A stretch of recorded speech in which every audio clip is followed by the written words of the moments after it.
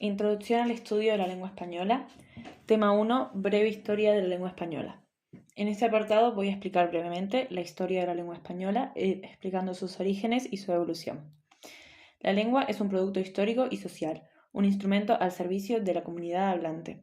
Es por eso que se está en una continua evolución, pues cambia para responder a las necesidades de esta comunidad. Estos cambios pueden producirse en todos los niveles, como en el fonético y en el léxico, y se producen por el uso de la lengua. Lo que la comunidad hablante use será lo que permanezca. Un ejemplo de estos cambios a nivel léxico es el uso de extranjerismos, especialmente con influencia del inglés, con cambios más rápidos. Por otro lado, encontramos también a nivel fonético, fonológico, cambios más lentos, como el ceseo. La lengua española, que hablamos hoy en día, encuentra su origen en el romance castellano, un dialecto histórico derivado del latín vulgar, derivado a su vez del latín clásico, que provenía originalmente del indoeuropeo. El latín vulgar presentaba características que variaban de un lugar a otro del imperio, por motivos como el sustrato prerrománico de las lenguas habladas antes de ser conquistado por el imperio, la relación de la zona conquistada con las metrópolis y más. Esto hará que la ramificación del latín vulgar sea diferente en cada región, resultando en una fragmentación lingüística, que fue acelerada por las invasiones de los pueblos germánicos en Occidente durante el siglo V. Cabe aclarar que el latín vulgar no tiene registros escritos. Lo que tenemos es una reconstrucción a partir de las lenguas romance que vuelven a fabricar este latín vulgar, entendiendo que existía por encontrar similitudes, como por ejemplo en la palabra caballo, que en italiano es cavallo, en francés es cheval, entonces se entiende que no podía venir del latín clásico ecus, sino que tenía que haber un paso más. Bueno, ese latín vulgar, como ya mencioné, proviene del latín clásico, una lengua indoeuropea que nace en la región del Lacio, en el centro de la península itálica. Esta lengua se irá expandiendo en conjunto con la expansión militar y territorial del Imperio Romano, y justamente es un motivo político, militar y económico el que hace expandir esta lengua. La lengua culta latina también se expandió como vehículo de comunicación, porque funcionaba como una lengua franca, utilizada para leyes y cultura. Mientras tanto, las variedades vulgares evolucionaron por su cuenta por las zonas conquistadas. En esta evolución influyeron factores como el sustrato prerrománico, aquellas lenguas habladas en las zonas antes de la invasión romana, la relación de cercanía con la metrópolis y el lugar de procedencia de los colonos. Por más que estuvieron estos factores de disgregación, encontramos también factores de aglutinación, ser parte del imperio, estar en contacto y bajo una zona de control. Ese control funcionó mientras se mantuvo el imperio. A su caída se pierde la relación con Roma, por lo que cada variedad de la lengua romance evolucionará por su cuenta. La península ibérica fue romana desde el siglo III a.C. hasta el siglo V después de Cristo. Antes de la llegada de los romanos existían lenguas que formarían al ya nombrado sustrato prerrománico, siendo el más importante el vasco, aunque también sabemos que del fenicio obtuvimos muchos topónimos. Además, la lengua que llegó a la península de la mano de la conquista romana fue una variedad distinta del latín vulgar, traída por los colonos que no tenían al latín como lengua materna. Luego de la caída del Imperio Romano, llegan a España los visigodos, a Hispania los visigodos, que se adaptaron rápidamente a la cultura latina y a su lengua, debido a su bajo nivel de cultura propia. Durante la época visigoda en Hispania se produce una evolución de las lenguas romances. Estas no solo se desprenden mucho más del latín, sino que su evolución emprende caminos diferentes según las regiones de la península. Sin embargo, estos diferentes caminos no provocaron una distinción tan grande como para sentir la necesidad de delimitar el romance hablado en cada zona. En el siglo VIII inicia la invasión árabe, y solo 2 siglos más tarde, 2/3 de la península eran de influencia árabe. Así pues, el árabe se convirtió en la lengua de cultura de la península. Sin embargo, los hispanos continuaron usando su romance, creando el mozárabe, que era el romance hablado por los hispanos en territorio árabe. Mientras tanto, en los territorios no árabes se hablaban los distintos dialectos del norte, como el gallego-portugués, el catalán y el castellano, entre otros. El castellano es el más innovador de los dialectos peninsulares, dado su sustrato prerrománico vasco y la adopción de peculiaridades de zonas vecinas. El sustrato vasco provocó la aspiración y posterior desaparición de la F inicial latina y la indiferenciación de los grafemas B y V, e introdujo un sistema vocálico de 5 fonemas, que es el que mantenemos hasta hoy día, y la diferenciación entre las consonantes rótica percusiva, R, y la rótica vibrante, R. Con las regiones vecinas del este se monoptongaron los grupos vocálicos AI en E y AU en O. En el oeste se palatalizó la L de los grupos iniciales PL, KL y FL, que luego evolucionaron hasta perder el primer elemento. En el centro de la península se diptongaron las vocales tónicas breves E y O en IE y UE. Finalmente, al expandirse al sur, el castellano adopta arabismos como taza, marfil y zanahoria. Más adelante, entre los siglos IX y XII, ya aparece este castellano escrito, un llamado español arcaico, que encontramos en fuente como los cartularios de Valpuesta, las glosas emilianenses y silenses, y una producción literaria marcada por el Cantar de Mio Cid. Sin embargo, este español carga vacilaciones en su pronunciación y su sintaxis. Entre los siglos XIII y XIV estamos hablando ya de un español medieval. Con el rey Alfonso X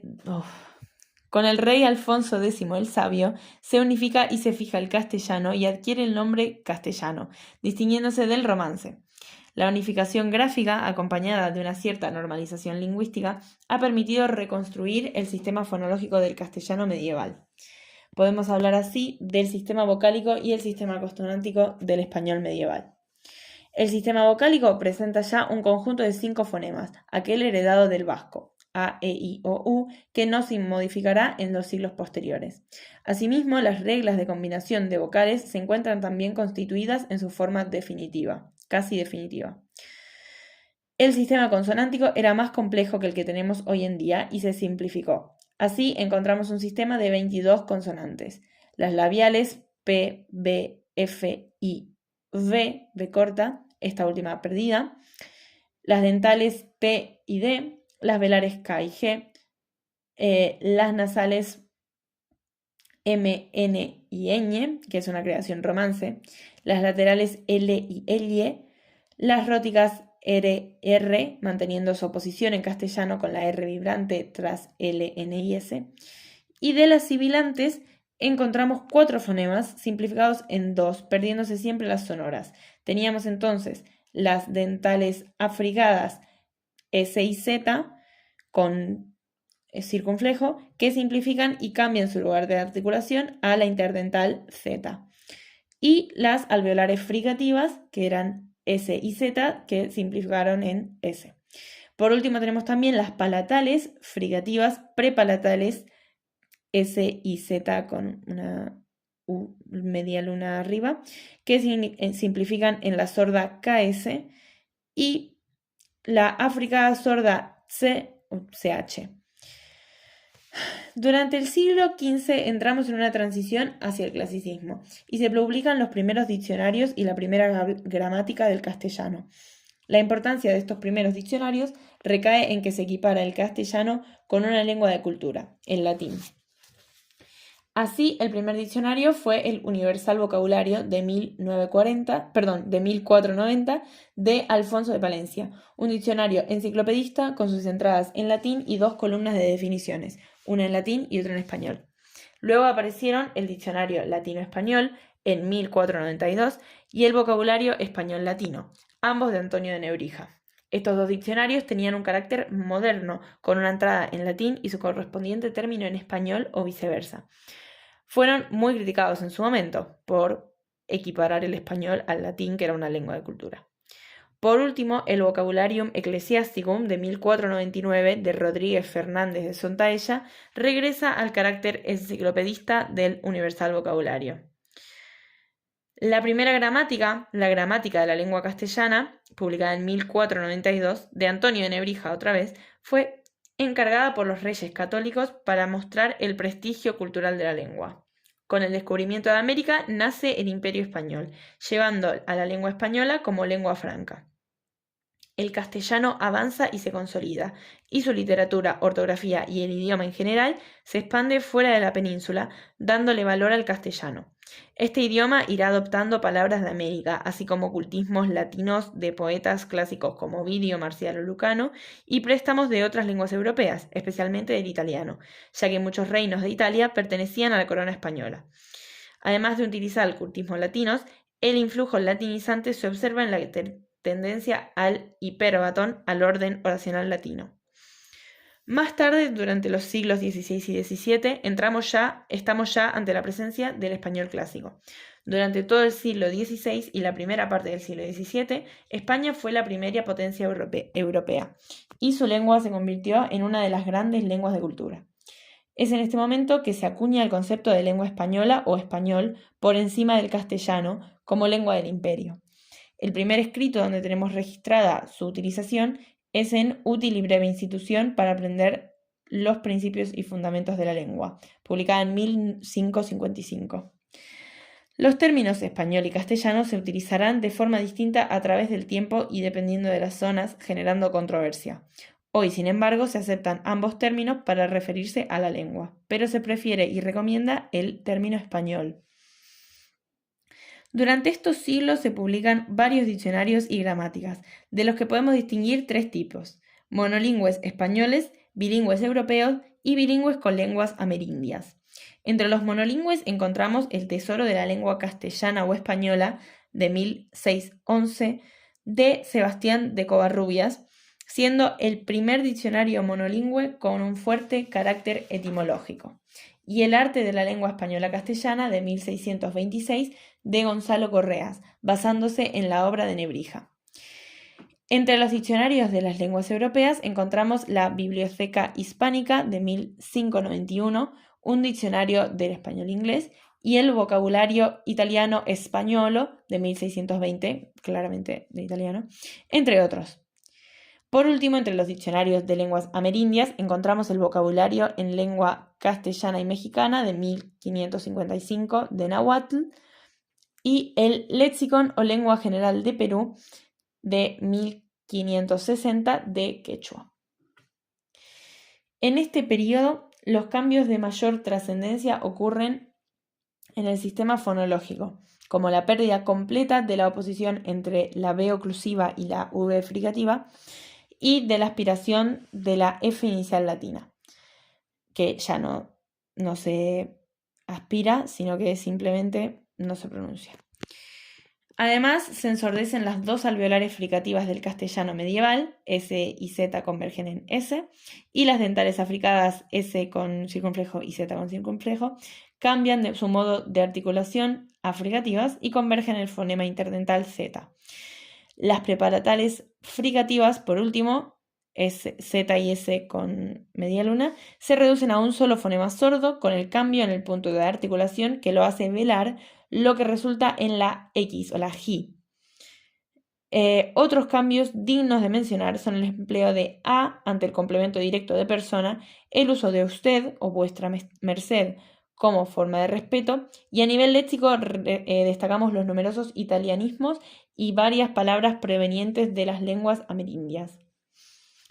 Entre los siglos XVIII y XIX se enmarca el español moderno.